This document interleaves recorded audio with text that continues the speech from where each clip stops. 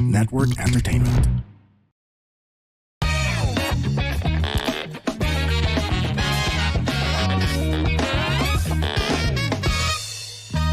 Warning!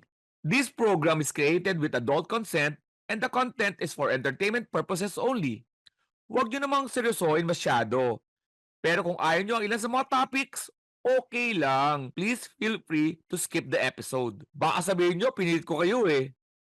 Joke lang. Salamat! Okay, welcome sa another episode ng Punchline with Alex Calleja at with Restro Elbon Obra. Ito po si Alex Calleja, ang ating resident fact checker. Yes, Elbon Obra, comedy crew. Yan, fresh from John Hay Hotel. Formerly known as Manor, formerly known as Forest Lodge, no? So, kinumbay na sila. So, nandito kami ngayon dahil meron kami isang event. Meron kami corporate show. Maraming salamat. Naka-check-in kami ngayon. All expenses paid. Saya. Yan, may konting yabang ng konti yung kwento ko, pero Baguio to. Yan, so yan. Ito, that's how we do it, baby. That's how we do. Yes, That's how we roll. At, yes, malamig ngayon dito, malamig. At kasing lamig ng ice.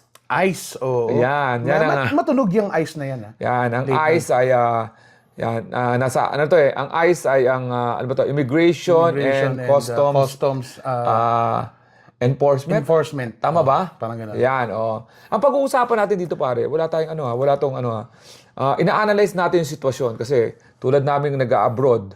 Yan, si Israel napunta na sa Europe, Australia, New Zealand, Japan, Singapore, and Dubai. Oo. Yan, ako naman dagdagan mo yung US and Canada. So mas malapit-lapit tayo ngayon dahil sa nangyayari sa US. So medyo worry tayo kung ano ba talaga sitwasyon. Kung affected ba dito pati yung mga tourists o kaya working. Kasi syempre pag nagpupunta ako sa US para mag-show, working visa yun eh.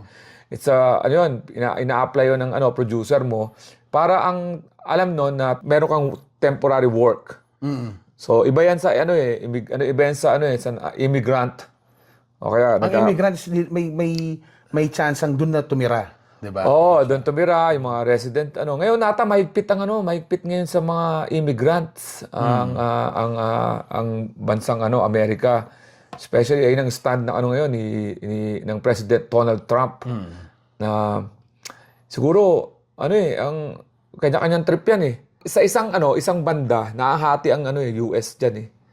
Kasi syempre may supporter si Trump na naiintindihan yung intensyon niya. Yes. Ano bang intensyon ni Trump? Gusto niya nang linisin eh. Gusto niya linisin yung bansa at gusto niyang i-offer yung Amerika para sa mga Amerikano. Parang America First policy, parang kaya hindi siya black versus white eh, kundi parang ang tingin ni Donald Trump ngayon is American, ayaw niya ng mga immigrants. American muna. Kasi lagi niyang sinasite yung mga example na sa Amerika ang taas ng crime rate ng mga immigrant. Or kaya mga alien. Non-documented. Non-documented ang tinatawag nila na pinapatay yung mga Amerikano.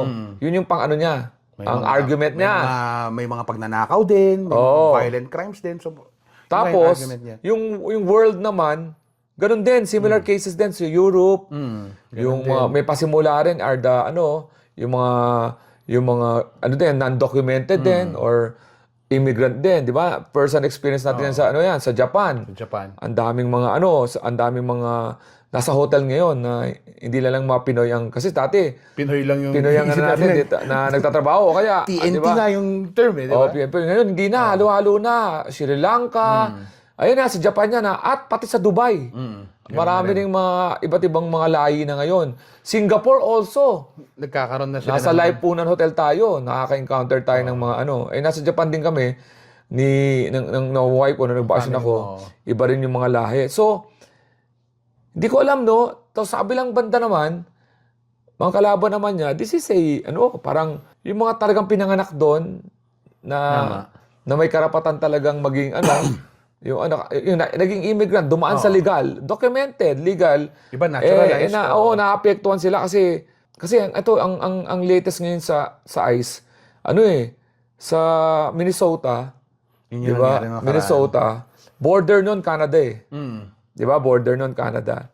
Mukhang malayo ata dun sa border. Nasa kalagitnaan. Kung nasaan yung mga ICE agents na tinatawag nila. Yung mga ICE agents. May ginawa silang bagong department, Oo. may bagong rules na nangyari pagdating sa immigration Oo. and customs. So bilang mga Pilipino nasa Pilipinas, wala naman tayong masyadong Kwento lang tayo base sa news.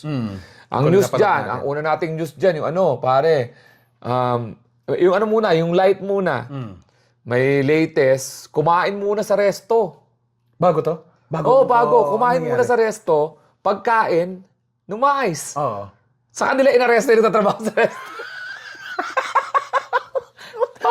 Pagkakain doon sa restaurant nung tao. nung ICE. Oo. Yung mga ICE Agents, agents. Pagkakain, sa kanila inaresto. Oh my gosh. Yun. Hindi mo napanood yun? Hindi ko pa napanood yan. Oo, ngayon Napanood ko ko, na- natawa ako para kumain muna. Oo. Pinag-serve yan mo. Di ba parang sa atin sa Pilipinas, di ba? Yung mga nagre-raid sa mga beer house. Oo. Iinom muna. Iinom muna. Mag-table muna. i-raid na. Mag-table muna, di ba? So parang gano'n na nangyari. Tapos yung isa naman, of course, may mga resist. Alam mo, nag-ano ako eh. May kasi, may mga, may over kasi. Oo. May over kasi, tamo. Madalas natin mapanood to Hindi natin kino-question kasi napapanood lang natin to sa video. Oo, okay. Itong mga pinag-uusapan namin ni Strel ay based on video. Of course, ang pinakamatunog dyan yung binaril na babae ng ICE. Doon sa Minnesota. Yes. O sa Minnesota. Yan ang pinakamaingay dyan. Kasi ang nangyari, may pinuntahan na isang... Nang-raid na sila. Nang-raid sila isang lugar, tapos nabalitaan ng kasi nagkakaroon ng mga community support eh. Oo. Di ba? Siyempre magkakaibigan yan eh. So nabalitaan, may naglalabasan yung mga tao, may usyoso, mag-video, may lumabas na mag-partner. Di ba? Ang partner sila. Kino-question yung nagda-drive nung Oo, kina-question SUV. the drive ng SUV.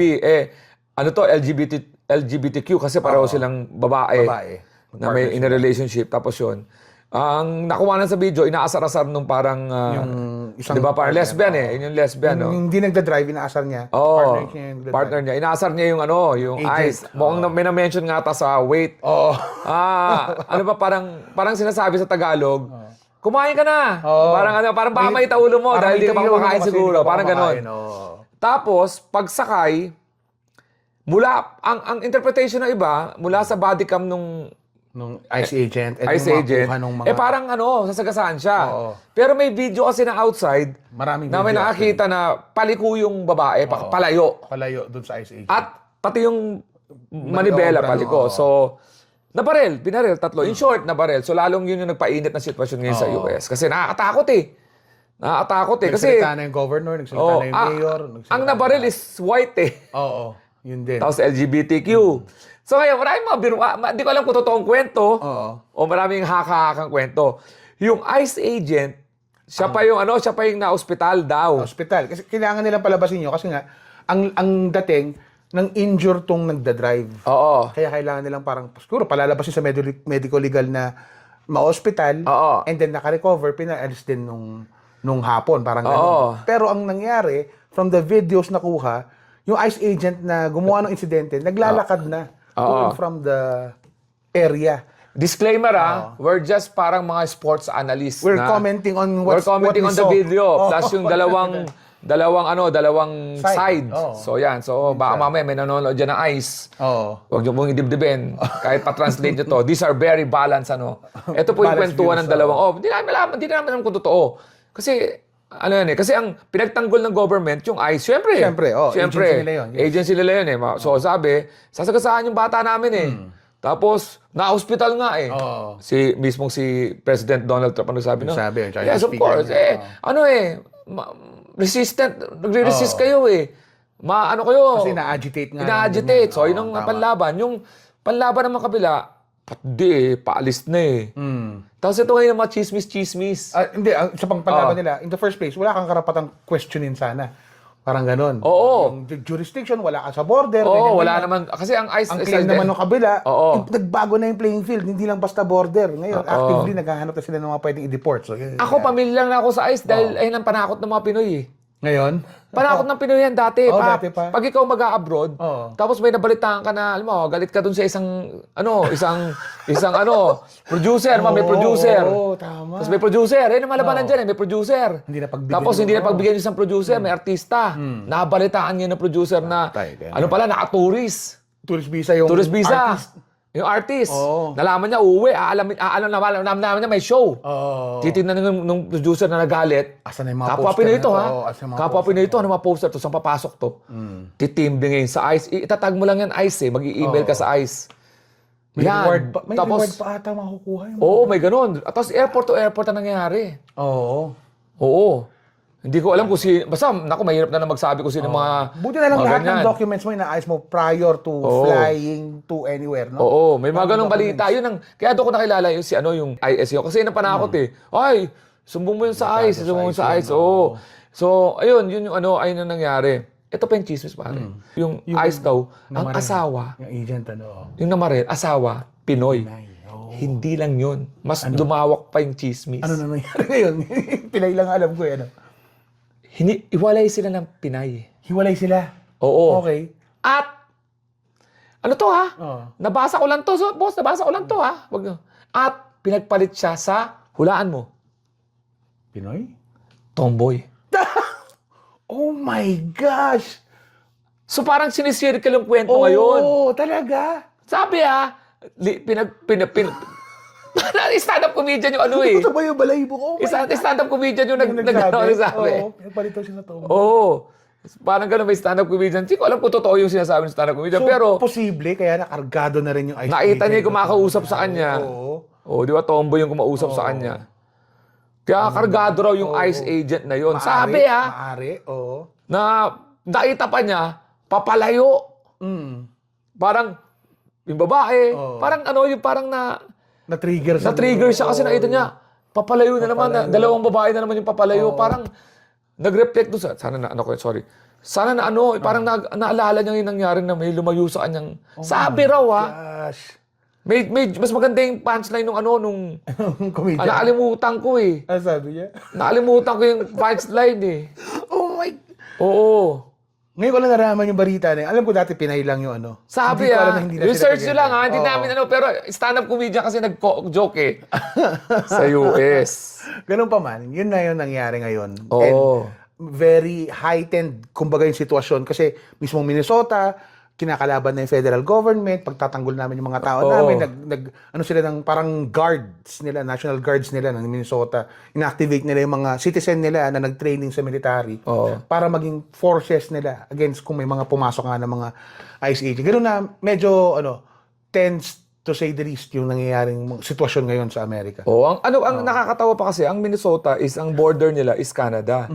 Eh ang alam natin wala namang masyadong issue doon sa border na yun eh. Tingin ko, Kasi from Canada ka eh. Canadian naman yun eh. parang hindi masyadong issue pag nababalitaan natin yung mga Oo. yung mga undocumented Canadians na tumitira sa US. Oo, kasi parang similar lang yung Mas siya dun sa yung isang sa end ano, na yung kung isang saan- yung Texas. Texas, Sa Texas yun, yung California yung area. tinitira nung ano ng pinuntahan ko Arizona. Pinoy sa ano McAllen, malapit din sa border. Ah, malapit naman. Oh, yan yung mga ano, yung mga border na yan, yung California and ano. At yung Florida, kasi yung Florida, Cuba, yes, di ba, oo. lumalangoy nga yung mga Oo, tama. ayun yan. Eh, yung dating alam ko mainit. Ngayon pati Canada.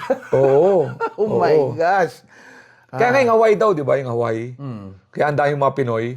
Kasi ayun lang pinakamalapit na lang mula sa Pinas. Pinas na pwede Mapupunta puntahan. yan. Para ganon. Oo. Sa Hawaii, actually, ang kwento nga dyan, ang daming Ilocano eh, kung tutusin eh. Parang ang alam nilang Pilipino sa Hawaii is by default Ilocano. Oo. Kasi ang dami nilang nirecruit noon na taga-tanim sa mga pinyahan, sa mga, yung mga sugar cane. Yung mga taga-tanim, mga Ilocano yung na-recruit Kaya nila. pag pumunta ako sa Amerika, babatiin ko siya, ice ba tayo dyan? Ice ba tayo dyan? At malamig dun ha. Sinasabi nila, umiinit ang ulo ng mga tao pag mainit yung panahon. Nakita mo ba yung nangyari? Saan? Yung may hinahabol yung ICE agent? Hindi pa. Ano to? Bago na naman to. Oo! Ano hinabol May niya? hinahabol yung ICE agent. Nadula siya dun sa ICE. Oh my... Parang ice hitting ice. Oh! Ang dami mga nagiging memes Nadulas eh. on ice yung Oo, ice agent. ice on oh ice daw. Oh ba? my gosh. Nadulas na gano'n, gumanon yung ice yun. Pero alam mo, magandang intensyon ng ice, yung talagang Meron original sila, niyang oo. purpose. Which is karapatan naman talaga ng isang bansa na protekta ng border nila. Sovereignty nila, Hindi yes. kasi po na namin naranasang Pilipinas yan eh. Kasi Wala kami, tayong wala land kaming border eh. Oo, wala kaming Sa land mga who's now translating this podcast, just to report, kami po mga Pilipino ay bago po sa amin ang konseptong po ito ay hindi bago no. hindi po namin to masyadong maramdam kasi kami po ay surrounded by water. Island po kami, kaya nga po yung mga comedy namin ay laging general, laging yung kasi wala kaming titulad kami ng mga ibang bansa na ang sarap magbiruan about racial discrimination, yung iba't ibang culture because Singapore is being mga Chinese, Malaysian, mga ganyan. So sila ang Actually, first time kong nakita yung konsepto nga na yun, nung tumawid tayo, nag-show tayo ng Europe, Amsterdam, nag-drive lang po ng 2 hours and a 2 half hours, ibang bansa sa na yun. Belgium. So yung pagpasok nun, parang, kanina natin bibigay itong passport o hindi namin alam yung konseptong, ako, personally, di ko alam yung ganung konsepto. May dinaanan tayong border, di ba? Yun, may dinaanan tayong border. Oo. Pero, Tapos lang, di ba, titignan lang tayo. Tapos titignan ayun. Ayun ang konsepto na 3 bansa na punta namin sa Europe. Pero, nag-irap na tayo sa Romania kasi malayo-layo. Pero pwede mo nga i-drive ang Europe tapos iba't ibang bansa. Yes. Kaya nga isa lang ang visa doon, Schengen visa. Kaya tayo hindi masyado kasi Schengen visa. Isa entry point mo, anywhere except na UK. Anywhere EU member yung bansa. Isa lang naman po ang hindi Free to go member doon, in yung and matigas ang ulo, yung UK. Kaya sila, UK visa pa. UK visa Pati pa pera rin. nila, pounds. Pound pa rin. The rest, bumalik na Europe. ganun, Oo. Yun. So, ang konsepto po kasi sa Pilipinas, hindi naman tayo island tayo Kaya wala tayong mga border dispute. Except sa waters natin, which is currently China. Yan, pinag-aaway natin China, yung borders natin. Yun lang, yun ang pinag-uusapan namin na ICE. Kasi, ICE siya, pero hot issue. Very na hot issue. apektado tayo dahil maraming mga immigrant na Pilipino.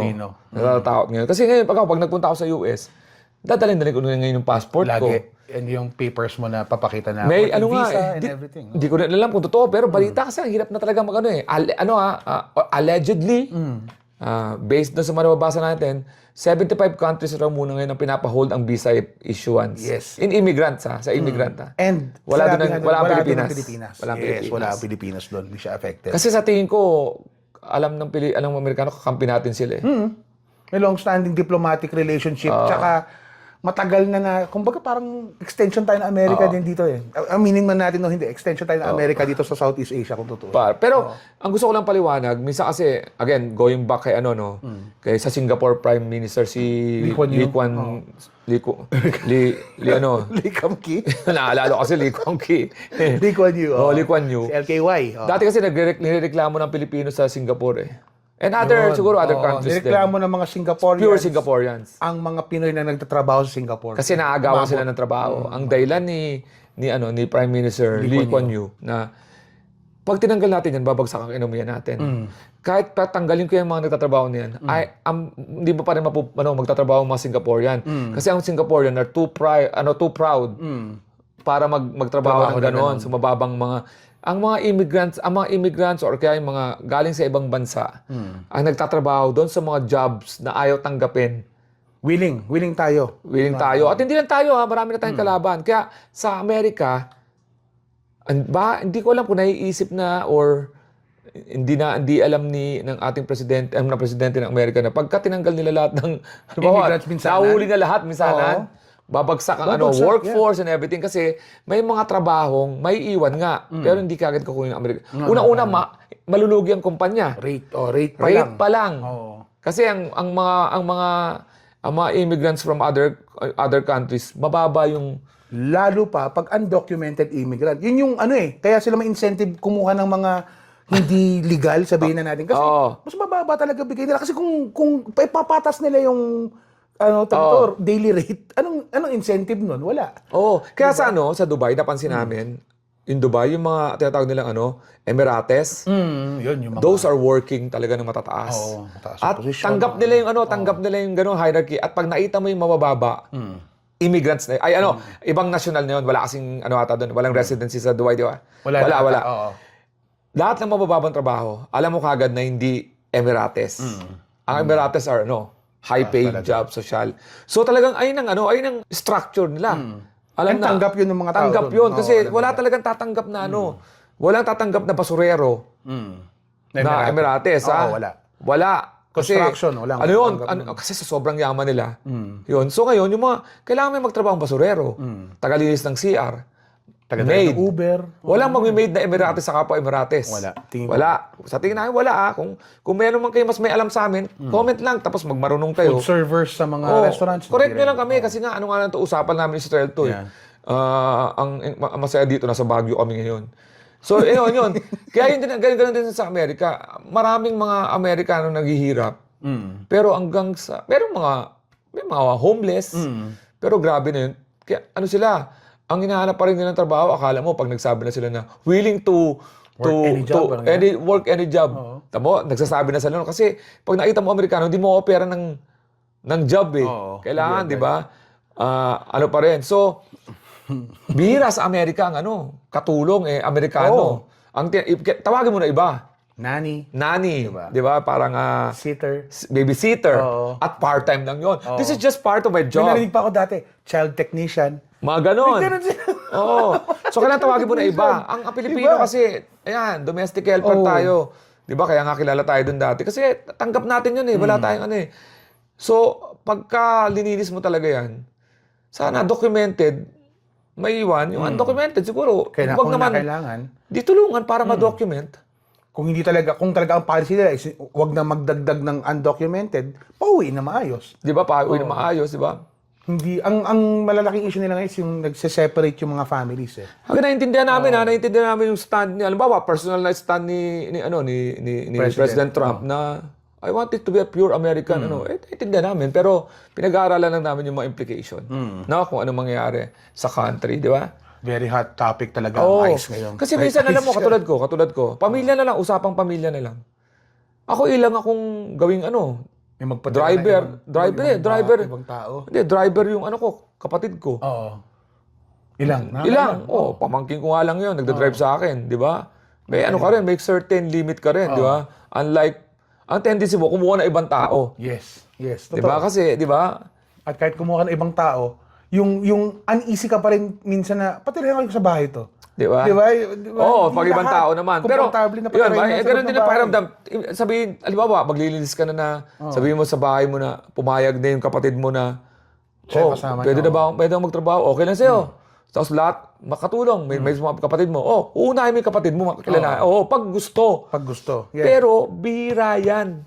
Agad. Na magsabi sa pamilya na, Yes, agad. Saka ang hirap gawing katulong kapatid. Hindi mo pagsabihan. Di ba? Hindi ka open eh.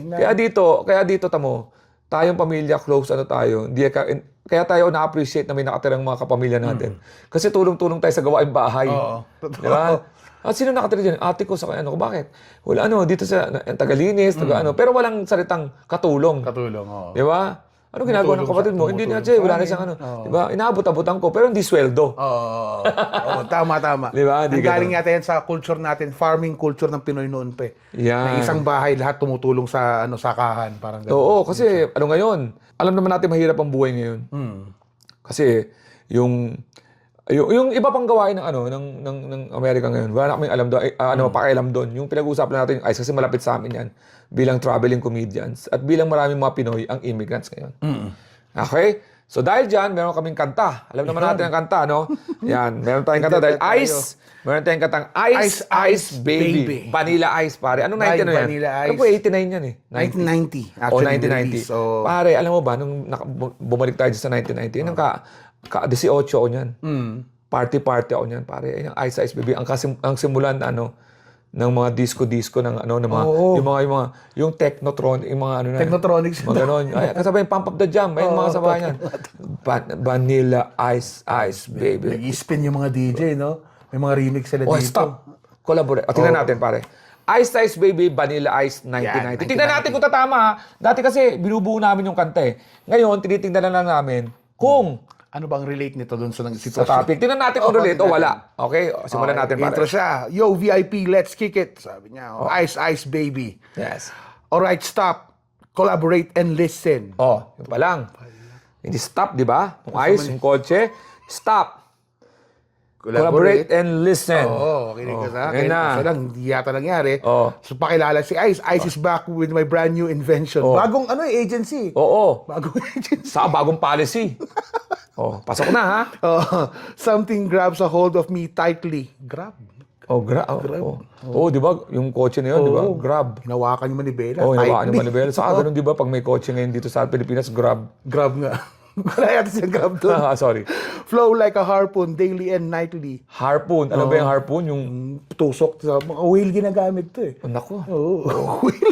Oh, tapos. Will it ever stop? Yo, I don't know. Turn off the lights and I'll glow. Ah, No. To the extreme, I look a mic like a vandal, light up a stage and wax a chump like a candle. naku.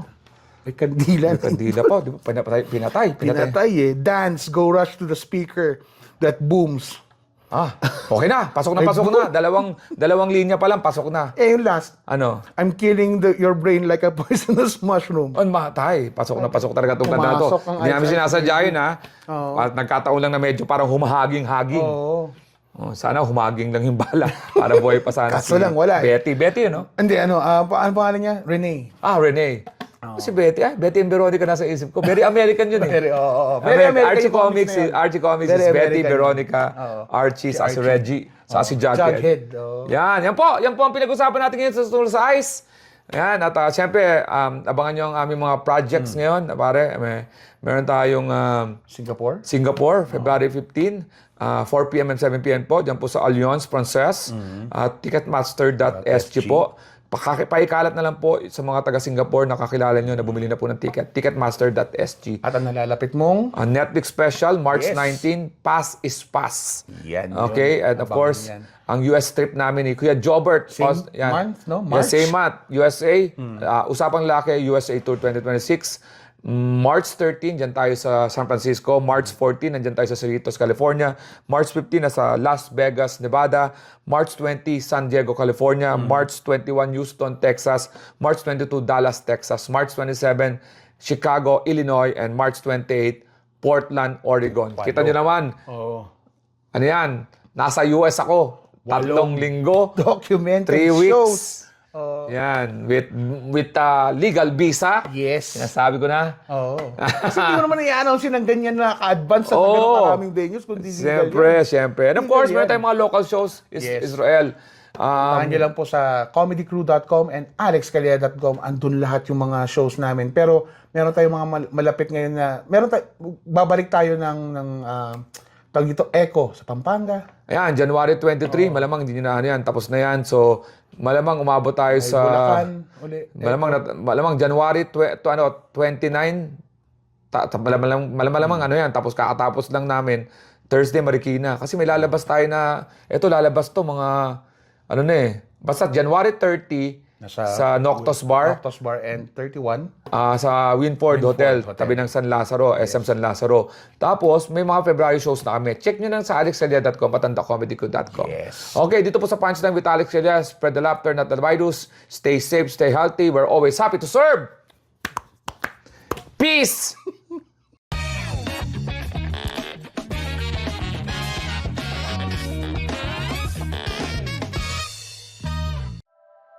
The opinions of podcast creators, hosts, and guests are not necessarily reflective of the official stance of the Pod Network Entertainment, its hosts, or other network programs. The content created by the people behind the podcast is personal and not meant to harm any religion, ethnicity, group, organization, company, or individual.